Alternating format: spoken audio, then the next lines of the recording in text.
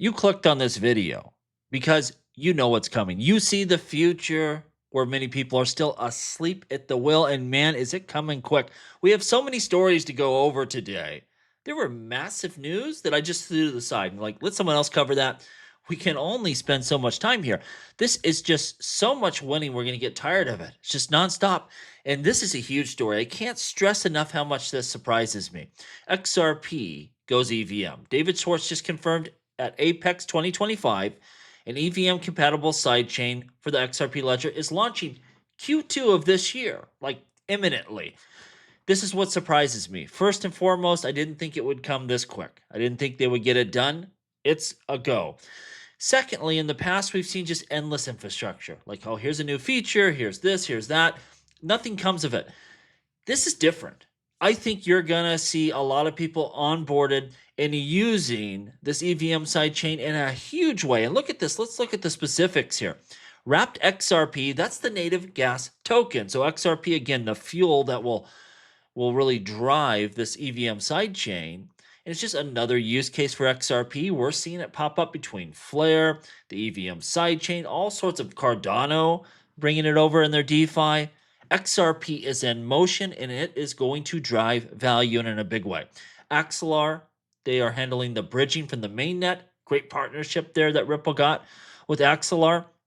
And so this unlocks Ethereum smart contracts on the XRP Ledger ecosystem, which I think is important. We still need light programmability on the mainnet, but this gives you the capability to build whatever you want, just like you can on Ethereum, but within the XRP ecosystem. This is going to lead to true multi-chain DeFi possibilities. I've been saying, put the XRP Ledger as a hub, connect all the blockchains and make it a global financial hub, not just bring in value from the real world, but also the digital world, which is the future. And that's what they're doing here. And this brings new utility for XRP beyond payments. We're seeing a lot of that, where XRP is going to be used in a lot of different ways and not just sitting in wallets, but actually being used. EVM sidechain for the XRP Ledger, it is happening. This is super exciting, coming really quick, and also I think it's going to be used, and that's the big deal. Now we see this announcement here. We've been hearing about it. It's live. Ripple's RLUSD just became a gateway to U.S. Treasuries. Ondo Finance going live with their OUSG, which is tokenized treasuries. And we see this announcement here. Tokenized U.S. Treasuries arrive on the XRP Ledger powered by BlackRock's Biddle Fund. I'm telling you, the day's going to come when BlackRock, when they issue directly on the XRP Ledger. Probably once this court case is done, they go live with that XRP ETF. They're going to leverage this technology. You best believe it. They've already went multi-chain. XRP Ledger is on deck, and you're going to hear it one of these days, and it's going to be absolutely huge. Tokenized Treasuries is the first move into RWAs beyond just stablecoins. We're going to see more of this. Larry Fink has told us every single bond, every stock, anything of value is going to be tokenized and put on the ledger. This is the future here. 100 million XRP deployment. This Vivo story, VivoPower, it gets more and more exciting. They just made a massive bet, and this time on Flare Network, deploying 100 million worth of XRP. So they're going to hold XRP in their treasury.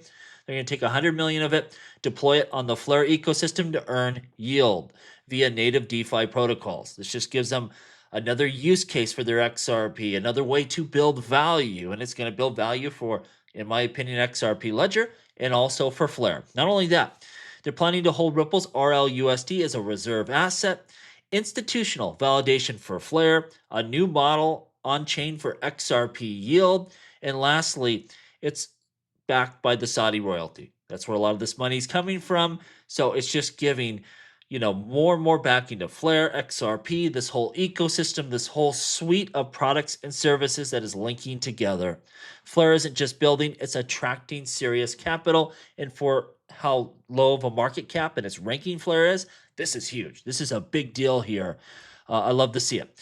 If you're interested in Apex, they don't have those individual videos right now, so you can go over to my Patreon. It's open to the free members as well, so it doesn't cost you anything. And I'm going to roll out each and every one of these clips from all of the discussions. Now, if Ripple posts them on YouTube, I'll stop. But until then, I got two up there. The first one was David Schwartz in his opening, and the second one was about the XRP Ledger Foundation. Big announcements there. Check it out. And again, I'll just keep rolling them out, couple a day, and then once they post all of them, I guess I'll stop. But if you're interested in that, in the link comment, you can check it out. And again, it's available to the free members, so anyone can watch it. Monica Long saying 40 to 50% of Ripple's business moves through Singapore. This is amazing because it tells you, how important of a region that is, but also how much growth is available for Ripple. I mean, half of their business is in one region and they're going to expand rapidly. And they have so much room for growth here. It's not funny, but it just tells you how big a deal Singapore is. Now, if you're out there and you've had any issues with BitTrue, let me know because I'm getting some really disturbing complaints out there about the exchange. Now, sometimes people are hacked and it's their fault and they blame it on the exchange, but this seems to be a reoccurring story. I'm not accusing BitTrue of anything, but if you have had problems with that exchange where money just went missing, magically, whoop, there it went. I want to hear about it. Let me know in the comments down below. I'm going to be investigating what's going on. I haven't been on BitTrue for quite some time. I really enjoyed, the exchange back in the day, but they threw off most of at least the U.S. users, if not all of them. And I was kicked off the platform, so I haven't used it. But some people that are, they're reporting they're having issues. So if that's you, you let me know. I'm going to dig into this. Interesting. Go over if you are interested in link to what's going on there. John did a interview with the CEO. As I said, I'm going to try to roll out these updates as they come to keep people informed. The new CEO in an interview confirmed what they've been saying. All investors' funds are accounted for. Your Ripple, your Circle shares, your Anthropic shares, they're all real. They're intact. They're there. But he did stress those assets are not automatically immune from creditors. Creditors like the SEC that may try to bust in there and take that value. He did state if regulators like the SEC seek penalties, try to take investors' funds, they'll try to restructure in bankruptcy. A lot of moving parts here. He expects the platform to be back up and running in 4 to 10 months. I'll keep following this stuff. Don't have any inside information. I don't know any more than what we see on there, but if you want the nitty gritty, go to the link to. You'll see John's interview, and we'll have to keep an eye on the situation. Really hope everyone affected, gets access to their funds again here.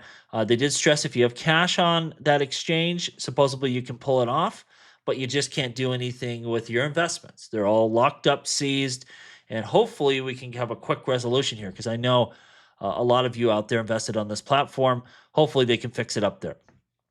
We see SWE reaches 100 billion in total DEX volume.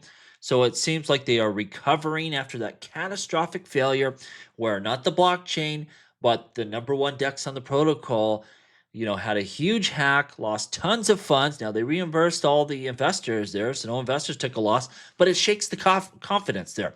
It looks like that's been fixed, and it looks like we are back up and rolling. It'll take time to move past that, but I expect this blockchain still to do very well. For you stellar investors out there, this was a big one. PayPal stablecoin, PYUSD. It integrates with the Stellar network right now. Fast, low cost cross-border payments, targeting 170 countries and underserved markets, launching PayFi, real-time working capital loans for SMBs. Now, this is still waiting New York approval, but this would be a big partnership there and could bring a lot of transactions onto the Stellar network. That's a big one there. Let's see if it plays out if they get approval here. Legendary investor Paul Tudor Jones says the roadmap is clear. Inflation will be allowed to run hot. 3.5% inflation as the U.S. tries to grow its way out of debt. No other way to get out of this. We have so much crushing debt. We have to just try to grow out of it and make that debt worth less via inflation. We accuse other countries of doing this. We do it ourselves, of course, manipulate the currencies. And he says that Bitcoin is the fastest horse in the race. Look for a lot of big investors to pivot over to blockchain and crypto investments. And again, it's not just going to be Bitcoin. It'll be a basket of various currencies. You best believe that as we go forward. A lot of times I go after Michael Saylor. I like him a lot, actually. I like what he's done for crypto. I don't like infinity debt. I'm sorry. This poster here said someone like you insulting someone like Michael Saylor is insulting to me. I'm always going to give you my opinion here. And again, it's not about him being involved in Bitcoin. I love that. I like it. But it's the fact that, in my opinion, using infinity debt to buy a very volatile asset is eventually going to end very, very badly. Let me know what you think, though. U.S. officials have informed us that Israel is preparing an imminent strike against Iran. Oil prices are rising. This is not great, suboptimal for sure. Hopefully, that doesn't break out in total chaos. There's always landmines around us. This is the fire in the madhouse before we take off into hyperspace. Hopefully, that situation calms down. Treasury Secretary Scott Bessent says the dollar-linked stablecoins could hit $2 trillion. Think of that growth there. It could help cement dollar dominance. That's why they like this, because you can pipe dollars into regions that don't want to support you, that don't let their infrastructure use dollars. And with trustless technology, you can pipe your dollar right into markets. It's going to grow the dollar, more users of the dollar. That's what they need. They're printing endless dollars. They need more users, more customers. But what this really is it's the Trojan horse. It's what lets us connect legacy systems to the blockchain. And the easier you make it to move value onto the digital realm and off, the more usable blockchain becomes, and the more valuable those assets like XRP, Ethereum, Bitcoin, how valuable they become over the long run, because they're more usable. They're more easy to use for practical purposes. This is back to that BitChute situation. Go check out Papa Bear's video here. He says it's official. BitChute is stealing your crypto. It's an inside job. Again, I can't confirm that. I don't know. I'm just going to investigate reports. 2 people today told me they had a similar issue here. And, I'm just going to try to get to the bottom of this. Big fan of BitChute. I don't even know who owns them now. That's the problem. It's no longer curious, and I'm curious to know who it actually is. And so I'm going to dig a little bit into this. But the best thing I can do is, if you were affected, contact me on X. Let me know, because I want your stories. As always, please like, please subscribe. The revolution will be televised right here on Jungle Link.